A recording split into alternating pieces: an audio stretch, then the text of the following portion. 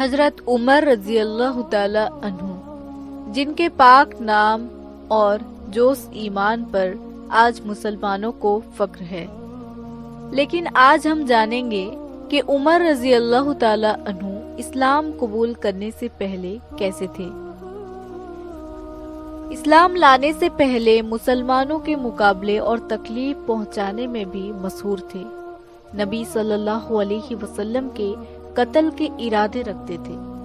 ایک روز کفار نے مشورہ کیا کہ کوئی ہے جو محمد صلی اللہ علیہ وسلم کو قتل کر دے۔ عمر رضی اللہ تعالی عنہ نے کہا کہ میں کروں گا۔ لوگوں نے کہا کہ بے شک تم ہی کر سکتے ہو۔ عمر رضی اللہ تعالی عنہ تلوار لٹکائے ہوئے اٹھے اور چل دیے۔ اسی فکر میں جا رہے تھے کہ ایک صاحب قبیلہ زہرہ کے، جن کا نام حضرت سعد بن ابی وقاص رضی اللہ تعالی عنہ ہے، انہوں نے پوچھا کہ عمر کہاں جا رہے ہو؟ کہنے لگے کہ محمد صلی اللہ علیہ وسلم کے قتل کے فکر میں ہوں، نعوذ باللہ۔ سعد نے کہا کہ بنو ہاشم اور بنو زہرہ اور بنو عبد مناف سے کیسے مطمئن ہو گئے، وہ تم کو بدلہ میں قتل کر دیں گے۔ اس جواب پر بگڑ گئے اور کہنے لگے کہ معلوم ہوتا ہے تو بھی بے دین یعنی مسلمان ہو گیا، لا پہلے تجھ کو نمٹا دوں۔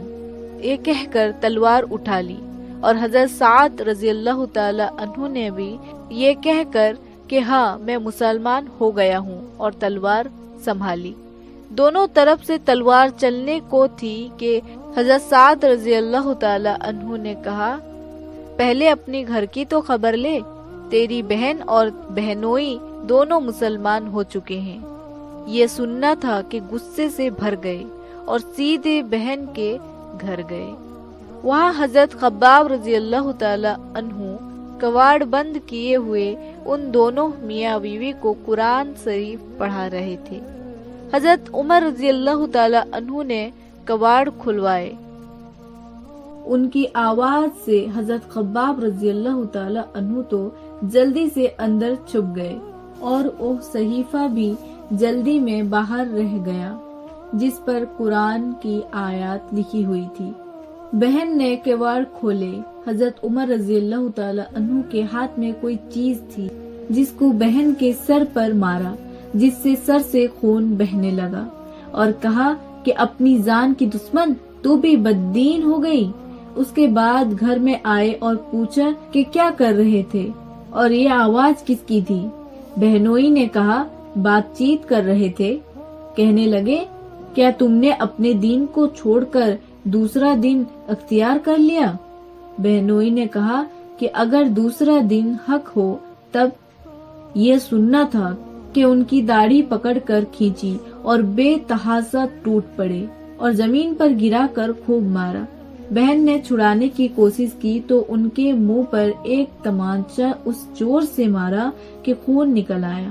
وہ بھی آخر عمر رضی اللہ تعالی عنہ ہی کی بہن تھی۔ کہنے لگی کہ عمر، ہم کو اس وجہ سے مارا جاتا ہے کہ ہم مسلمان ہو گئے۔ بے شک ہم مسلمان ہو گئے ہیں، جو تجھ سے ہو سکے تو کر لے۔ اس کے بعد حضرت عمر رضی اللہ تعالی عنہ کی نگاہ اس صحیفہ میں پڑی جو جلدی میں باہر رہ گیا تھا، اور غصہ کا جوش بھی اس مار پیٹ سے کم ہو گیا تھا، اور بہن کے اس طرح خون میں بھر جانے سے شرم سی بھی آ رہی تھی۔ کہنے لگے اچھا مجھے دکھلاؤ یہ کیا ہے؟ بہن نے کہا کہ تو ناپاک ہے اور اس کو ناپاک ہاتھ نہیں لگا سکتے۔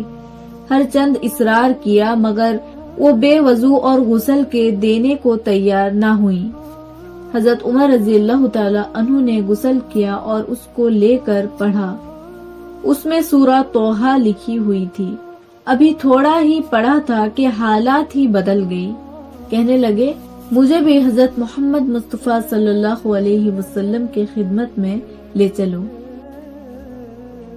یہ الفاظ سنتے ہی حضرت خباب رضی اللہ تعالی عنہ اندر سے نکلے اور کہا کہ اے عمر، تمہیں خوشخبری دیتا ہوں کہ کل صبح حضور صلی اللہ علیہ وسلم نے دعا مانگی تھی کہ یا اللہ عمر اور ابو جہل میں جو تجھے زیادہ پسند ہو اس سے اسلام کو قوت عطا فرما۔ معلوم ہوتا ہے کہ حضور صلی اللہ علیہ وسلم کی دعا تمہارے حق میں قبول ہو گئی۔ یہ دعا آپ صلی اللہ علیہ وسلم نے اس لیے مانگی کہ عمر رضی اللہ تعالی عنہ اور ابو جہل دونوں ہی قوت میں مسحور تھے۔ اس کے بعد حضرت عمر رضی اللہ تعالی عنہ حضور صلی اللہ علیہ وسلم کی خدمت میں حاضر ہوئے اور جمعہ کی صبح کو مسلمان ہوئے۔ ان کا مسلمان ہونا تھا کہ کفار کے حوصلے پست ہونا شروع ہو گئے، مگر پھر بھی یہ مسلمانوں کی نہایت مختصر جماعت تھی اور کافروں کا سارا مکہ بلکہ عرب۔ لیکن عمر رضی اللہ تعالی عنہ اسلام لانے کے بعد یہ ہوا کہ مسلمان مکہ کی مسجد میں نماز پڑھنے لگے۔ حضرت عبداللہ بن مسعود رضی اللہ تعالی عنہ فرماتے ہیں کہ عمر رضی اللہ تعالی عنہ کا اسلام لانا مسلمانوں کی فتح تھی اور ان کی ہجرت مسلمانوں کی مدد تھی اور ان کی خلافت مسلمانوں کے لیے رحمت تھی۔ یہ تھا عمر رضی اللہ تعالی عنہ کا قصہ۔